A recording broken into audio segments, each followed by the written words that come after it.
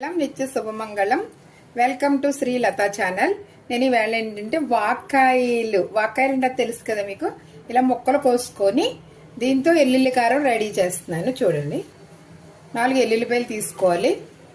1 spoon ఎండుకారం తీసుకుని ఇవి 2 మెత్తగా దంచుకోవాలి. కొంచెం సాల్ట్ కూడా వేసుకోవాలి. ఇలా రెడీ చేసుకోవాలి. బాణాలు పెట్టుకుని కొంచెం ఆయిల్ వేసుకోవాలి. నేను పప్పు నూనె వేసుకుంటున్నాను. వేరుశెనగ నూనె అయితే చాలా టేస్ట్ ఉంటుంది. కొంచెం జీలకర్ర వేసుకోండి. తర్వాత కొంచెం కరివేపాకు కూడా వేసుకుంటే బాగుంటుంది. ఇప్పుడు వాక్కాయలు వేసుకుని కొంచెం బాగా వేయించుకోవాలి. ఇప్పుడు వెల్లుల్లిపాయ కారం వేసుకోవాలి. అసలు టేస్ట్ అయితే అద్భుతంగా ఉంటుంది ఇది. ఇగో వాక్కాయ వెల్లుల్లి కారం. అసలు ఇంకా వర్షాకాలం కదా, ఏమి తినబుద్ధి అవునప్పుడు ఇది చేసుకుని తింటే అసలు చాలా అంటే చాలా బాగుంటుంది. చాలా రోజులు కూడా నిలవ ఉంటుంది.